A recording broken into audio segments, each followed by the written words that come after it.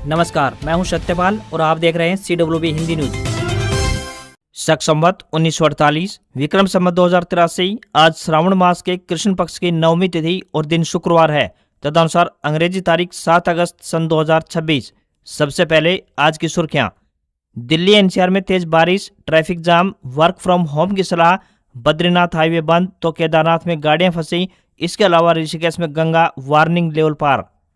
हांसी वाले बाबा के समर्थन में जंतर मंतर वाली टीचर उतरी, बोली दम है तो रामपाल व आसाराम के डेरे बंद करके दिखाओ। लाल किले पर पहली बार गूंजेंगे वंदे मातरम के सभी 6 छंद, जानिए क्या है खास तैयारी। गेस्ट टीचर्स के खिलाफ हरियाणा सरकार की अपील, डिस्पोज 12,000 टीचर्स के पक्का होने की राह खुली। चंडीगढ़ पुलिस भर्ती का नया नियम, नहीं होगा इंटरव्यू, जानिए कैसे बनेगी फाइनल मेरिट लिस्ट। एस्टेट में 20 सवाल खाली छोड़ने वाले अभ्यर्थी डिस्क्वालीफाई हुए। BSEH की योग्य और अयोग्य उम्मीदवारों की सूची जारी। महेंद्रगढ़ में बिजली कर्मचारियों का प्रदर्शन, निजीकरण और एग्री डिस्कॉम का किया विरोध, सरकार पर वादा खिलाफी का आरोप। कांवड़ी यात्रा को लेकर हिसार पुलिस अलर्ट, बरवाला, खेड़ी चोपटा, जींद मार्ग किया बंद, तेज आवाज में नहीं बजाया जाएगा डीजे। बकाया प्रॉपर्टी टैक्स के ब्याज पर 75% छूट मिल रही है, हरियाणा सरकार का बड़ा फैसला। लोन न चुकाने पर मोबाइल लैपटॉप लॉक नहीं कर सकेंगे बैंक, RBI ने रिकवरी के नियमों में बदलाव किया। 1 जनवरी 2027 से होने जा रहे हैं नए नियम लागू। जींद में केंद्र सरकार के खिलाफ किसानों का धरना प्रदर्शन, प्रस्तावित अमेरिकी ट्रेड डील का किया विरोध, 10 अगस्त को जेल भरो आंदोलन की है तैयारी। महेंद्रगढ़ में जल्द शुरू होगा रोडवेज का सब डिपो, विधायक कंवर सिंह ने की परिवहन मंत्री अनिल विज से मुलाकात, विज ने दिया भरोसा। PM मोदी से मिलेंगे हरियाणा के कॉमनवेल्थ गेम्स विजेता, पंचकुला का सम्मान समारोह स्थगित, जल्द होगी नई तारीख का ऐलान। तीज से पहले त्योहारों में रौनक, कपड़ों की दुकानों पर सुबह से लेकर देर शाम तक खरीदारों की उमड़ रही है भीड़। और हरियाणा में सरस्वती नदी पुनर्जीवन को मिली रफ्तार, 350 एकड़ में बनेगा विशाल सरोवर। और अब खबरें विस्तार से। हरियाणा में गुरुवार को हिसार, गुरुग्राम, फरीदाबाद, पलवल, पानीपत और रेवाड़ी में जमकर बारिश हुई। वहीं भारी बारिश और जल भराव की स्थिति के कारण गुरुग्राम में नेशनल हाईवे पर मानेसर के पास जाम लग गया। गुरुग्राम पुलिस ने वर्क फ्रॉम होम की एडवाइजरी भी जारी की है। उधर हिसार और रेवाड़ी में जल भराव के कारण लोगों को परेशानी का सामना करना पड़ा। नूंह जिले के PM श्री स्कूल गाँव सार्कस में 3 से लेकर 4 फुट तक पानी भर गया, इसमें बच्चे नहाते हुए नजर आए। वहीं यमुनानगर के रायपुर गाँव के पास पथराला नदी का तटबंध टूटने से नदी का पानी तेजी से आसपास के खेतों में फैल गया। इससे तरुवाला, रायपुर, बलौली, याकूबपुर और उर्जनी समेत आसपास के कई गांवों की सैकड़ों एकड़ भूमि जलमग्न हो गई। उत्तराखंड और हिमाचल प्रदेश में हुई भारी बारिश के बाद यमुनानगर स्थित हाथनीकुंड बैराज पर जल स्तर तेजी से बढ़ा है। इसके बाद बैराज के 18 में से 15 गेट खोलकर 63,110 क्यूसेक पानी दिल्ली की ओर छोड़ा गया। हरियाणा के हादसे वाले बाबा दिनेश पुरी के खिलाफ पाखंड को लेकर चल रही कंट्रोवर्सी के बीच रोहतक की चर्चित लेडी टीचर सुलेखा दलाल कूद पड़ी है। दलाल ने बाबा को खुला सांड और पाखंडी बताने वाले धर्मेंद्र हुड्डा को खुली चुनौती दी है। सुलेखा तब सुर्खियों में आई थी जब दिल्ली के जंतर मंतर पर CJP के प्रदर्शन में शामिल होने पर शिक्षा अधिकारी ने बैकडेट के लेटर से सस्पेंड कर दिया था। हालांकि 2 दिन बाद ही बहाल कर दिया गया। सुलेखा दलाल ने धाम पर उठ रहे सवालों पर पलटवार करते हुए कहा कि बालाजी की भक्ति कोई पाखंड नहीं है और यदि यह पाखंड है तो भी ऐसा पाखंड करना हर किसी के बस की बात नहीं है। अगर धर्मेंद्र हुड्डा में सच में इतनी पावर है तो वो बड़े बड़े आश्रमों जैसे आसाराम बापू, राम रहीम और रामपाल महाराज के डेरों को बंद करवा कर दिखाए। गरीबों के छोटे डेरों पर अपनी ताकत न आजमाए। उधर हरियाणवी सिंगर एक्ट्रेस पूजा हुड्डा की वीडियो भी सामने आई है जिसमें वो कह रही है कि मैं हांसी धाम पर आती रहती हूँ लेकिन कैमरे पर पहली बार आई हूँ। इस धाम पर ऐसी शक्ति है कि इसका कोई कुछ नहीं बिगाड़ सकता। जिसे भी कष्ट है वो बालाजी धाम आए हैं। धाम को पाखंड बताने पर सुलेखा दलाल ने सख्त लहजे में कहा कि जो लोग इसे पाखंड मानते हैं वे धाम पर जाना छोड़ दें, लेकिन बेवजह विवाद क्यों खड़ा कर रहे हैं। उनका कहना है कि जिन लोगों के कष्ट धाम में जाने से दूर हो रहे हैं और जिनके बच्चे ठीक हो रहे हैं वे तो इसे भगवान ही मानेंगे ना। गरीबों के छोटे डेरों में लोग अपने दुख दर्द लेकर जाते हैं। वहीं धर्मेंद्र हुड्डा को लेकर पूछे गए सवाल पर सुलेखा ने कहा कि अगर धर्मेंद्र हुड्डा में सच में इतनी पावर है तो आसाराम बापू और रामपाल महाराज के डेरों को बंद करवा कर दिखाए, सिर्फ गरीबों और छोटे डेरों पर अपनी ताकत क्यों दिखा रहा है। आरोप लगाया गया कि चुनाव के समय इन बाबाओं को बाहर निकाल दिया जाता है क्योंकि उनकी राजनीतिक पावर बहुत अधिक है। हरियाणा के करीब 12,000 गेस्ट टीचर से जुड़े मामले में पंजाब एंड हरियाणा हाईकोर्ट ने सरकार की ओर से दायर LPA यानी लेटर्स पेटेंट अपील को डिस्पोज कर दिया है। मामले की सुनवाई सुखविंदर सिंह एंड अदर्स के नाम से हुई है। हाईकोर्ट के फैसले के बाद गेस्ट टीचर्स में एक बार फिर उम्मीद जगी है कि सरकार जल्द ही उन्हें नियमित करेगी। परमानेंट होने के बाद इन टीचर्स को सरकारी टीचर्स की तरह कई सुविधाएं मिलेंगी। गेस्ट टीचर्स एसोसिएशन के मीडिया प्रभारी डॉक्टर अजय लोहान ने कहा कि गेस्ट टीचर्स पिछले 20 सालों से सरकारी स्कूलों में अपनी सेवाएं दे रहे हैं। सरकार ने साल 2014 में इन टीचर्स को नियमित करने का वायदा किया था। बता दें कि हरियाणा सरकार ने अदालत में दलील दी थी कि याचिकाकर्ताओं की नियुक्ति केवल अस्थायी व्यवस्था के तौर पर की गई थी। वे नियमित भर्ती प्रक्रिया के तहत नियुक्त नहीं हुए थे, इसलिए वे परमानेंट करने के पात्र नहीं है। लेकिन कोर्ट ने सरकार के इस तर्क को खारिज कर दिया। कोर्ट ने अपने फैसले में शिक्षकों की भूमिका पर भी विस्तृत टिप्पणी की है। अदालत ने कहा कि शिक्षक समाज और राष्ट्र निर्माण की आधारशिला होते हैं, उन्हें मनमानी ढंग से स्पेयर की तरह इस्तेमाल नहीं किया जा सकता। 20 वर्षों तक संविदा पर काम लेने के बाद राज्य अब यह नहीं कह सकता कि वे केवल अस्थायी कर्मचारी थे। हरियाणा सरकार ने प्रदेश के लाखों संपत्ति मालिकों को भारी भरकम ब्याज और पेनल्टी के बोझ से राहत देने के बकाया प्रॉपर्टी टैक्स पर 75% ब्याज छूट की योजना का ऐलान किया है। इस फैसले का सीधा फायदा उन करदाताओं को होगा जिनका सालों से टैक्स बकाया है यानी पेंडिंग पड़ा है और जो भारी ब्याज के कारण भुगतान नहीं कर पा रहे थे। इस छूट का लाभ उठाकर संपत्ति मालिक बहुत कम खर्च में अपना खाता क्लियर कर सकते हैं। हालांकि इस बड़ी राहत का लाभ उठाने के लिए 31 अगस्त तक का ही समय दिया गया है। 1 सितंबर से पुरानी व्यवस्था पूरी तरह बंद हो जाएगी और नई प्रॉपर्टी टैक्स नीति के तहत ही भुगतान स्वीकार किया जाएगा। हिसार नगर निगम आयुक्त सी जया श्रद्धा ने बताया कि हरियाणा सरकार की यह योजना टैक्स बकायेदारों के लिए एक सुनहरा अवसर है। उन्होंने प्रदेश और शहरवासियों से अपील की है कि वे लास्ट डेट का इंतजार किए बिना जल्द से जल्द अपना टैक्स जमा करवाएं। सरकार के निर्णय के अनुसार वर्ष 2010-11 से लेकर वर्ष 2025-26 तक की अवधि के बकाया प्रॉपर्टी टैक्स के ब्याज पर 75% की छूट दी जा रही है। इसकी अंतिम तिथि 31 अगस्त 2026 तय की गई है। शुक्रवार सुबह से हो रही लगातार तेज बारिश ने गुरुग्राम की रफ्तार थाम दी। शहर के कई हिस्सों में घुटनों तक पानी भर गया, जिससे जनजीवन बुरी तरह से प्रभावित हुआ। हालात को देखते हुए प्रशासन ने सभी निजी कंपनियों और कारपोरेट कार्यालयों के लिए वर्क फ्रॉम होम एडवाइजरी जारी की। राजीव चौक, इफ्को चौक, सोना रोड और दिल्ली गुरुग्राम एक्सप्रेसवे समेत कई प्रमुख चौराहों और सर्विस लेन पर जलभराव हो गया। कई वाहन पानी में बंद हो गए, जिससे सुबह ऑफिस समय में लंबा जाम लग गया। कई जगहों पर वाहन रेंगते हुए नजर आए और लोगों को घंटों तक परेशानी झेलनी पड़ी। लोगों से अनावश्यक यात्रा से बचने और वैकल्पिक मार्ग अपनाने की भी प्रशासन ने अपील की है। वहीं स्थानीय लोगों का आरोप है कि मानसून के दौरान की गई खुदाई से सड़क पर कीचड़ फैल गया और कई वाहन उसमें फंस गए। लोगों ने इसे प्रशासनिक लापरवाही बताते हुए जिम्मेदार अधिकारियों पर कार्रवाई की भी मांग की है। साथ ही नागरिकों से भी कचरा नालों में न फेंकने और सार्वजनिक व्यवस्था बनाए रखने में सहयोग करने की अपील की गई है। हरियाली तीज के त्योहार को लेकर शहर के बाजार पूरी तरह से सज चुके हैं। महिलाओं में खरीदारी का उत्साह चरम पर है और इस बार पारंपरिक परिधानों के साथ मॉडर्न एथनिक फैशन का ट्रेंड सबसे अधिक देखने को मिल रहा है। बुटीक, शोरूम और कपड़ों की दुकानों पर सुबह से लेकर देर शाम तक खरीदारों की भीड़ उमड़ रही है। इस बार palazzo set, festive kurta set, straight cut कुर्ते, फारसी salwar, balloon pant, card set और प्री ड्रेप्ड साड़ियां महिलाओं की पहली पसंद बनी हुई है। चंदेरी फैब्रिक, ट्रांसपेरेंट महीन कपड़े और हल्की चमक वाले वस्त्रों से तैयार परिधानों की मांग भी काफी बढ़ी है। आरामदायक होने के साथ ही ये आउटफिट स्टाइल लुक भी दे रहे हैं। डिजाइन और कढ़ाई की बात करें तो भारी एम्ब्रॉयडरी की जगह इस बार फ्लोरल पैटर्न, गोटा पट्टी की महीन कारीगरी, शीशे की जड़ाई और आकर्षक बुनावट वाले परिधान अधिक पसंद किए जा रहे हैं। कपड़ों के साथ साथ ऑक्सीडाइज्ड ज्वेलरी, कुंदन सेट, रंग बिरंगी चूड़ियां, झुमके, पोटली बैग और मेहंदी की बिक्री में भी अधिक और अच्छी तेजी दिखाई दे रही है। साथ ही महिलाएं ऐसे परिधानों को प्राथमिकता दे रही हैं जो फैशनेबल होने के साथ साथ लंबे समय तक पहनने में भी आरामदायक हो। तीज नजदीक आने के साथ ही खरीदारी में अभी और तेजी आने की उम्मीद है।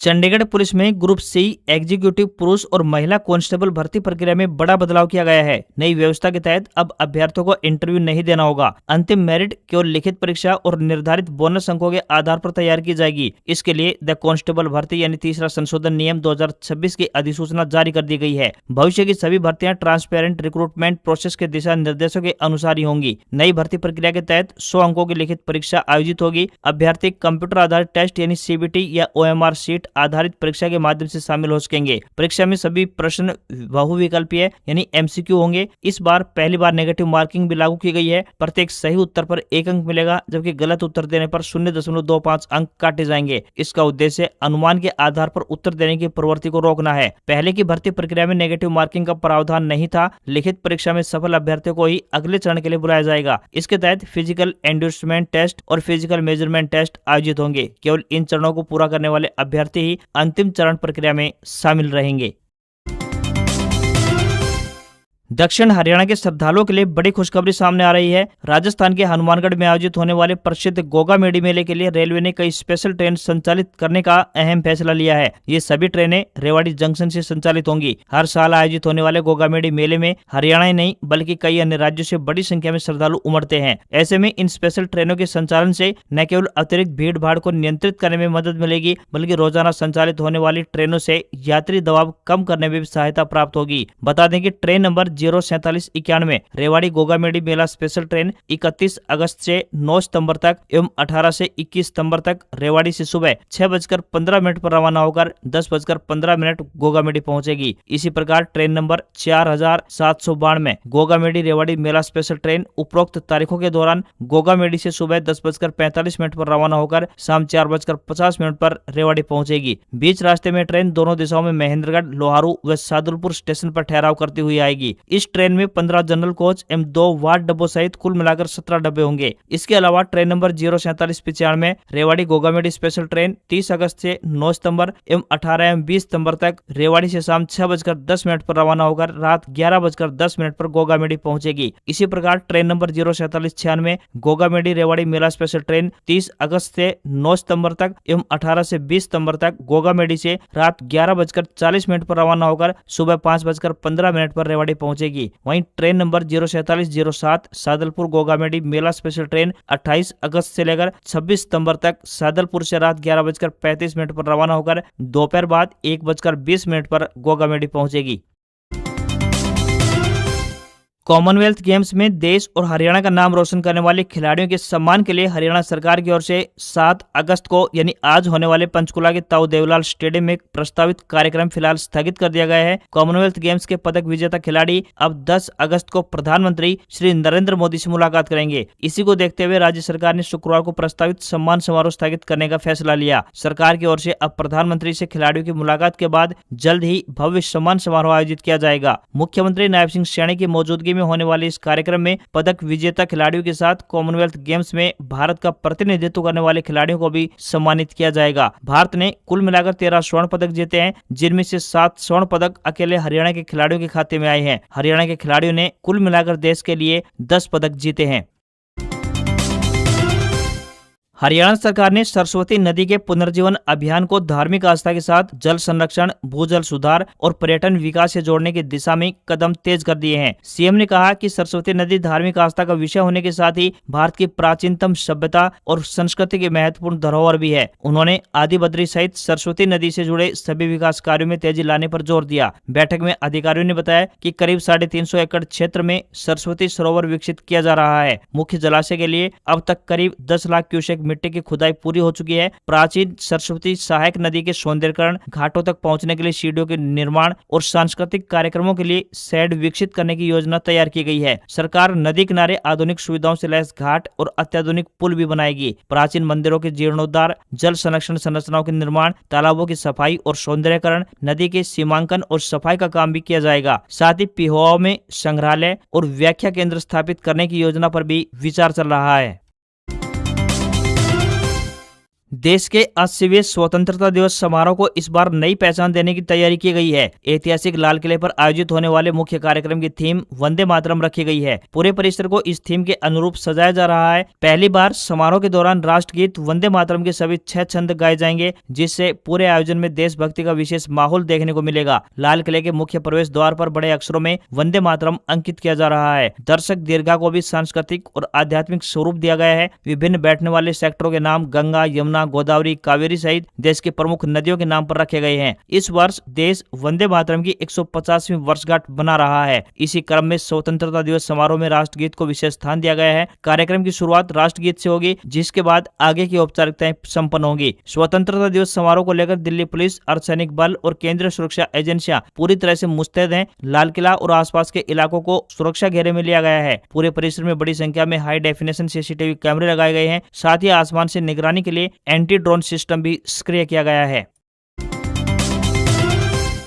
Ex serviceman contributory health scheme यानी ECHS अम्बाला द्वारा विभिन्न पदों पर ऑफलाइन माध्यम से भर्ती के लिए आधिकारिक नोटिफिकेशन जारी किया गया है। इस भर्ती के अंतर्गत चौकीदार, चपरासी, सफाई वाला, driver, clerk, pharmacist, data entry operator, lab technician, nursing assistant सहित कुल मिलाकर 53 पदों पर आवेदन आमंत्रित किए गए हैं। इच्छुक एवं योग्य उम्मीदवार निर्धारित तिथि से पहले ऑफलाइन माध्यम से आवेदन कर सकते हैं। आवेदन करने की अंतिम तिथि 11 अगस्त है। अलग अलग पदों के अनुसार अभ्यर्थी का 8वीं, 10वीं, स्नातक, डिप्लोमा, फार्मेसी, DMLT, GNM व संबंधित ट्रेड एवं अनुभव होना आवश्यक है। इन सभी फॉर्मों के लिए किसी से भी कोई शुल्क नहीं लिया जाएगा। सैलरी 21,800 रुपए से लेकर 36,500 रुपए पर मंथ पर पोस्ट वाइज मिलेगी।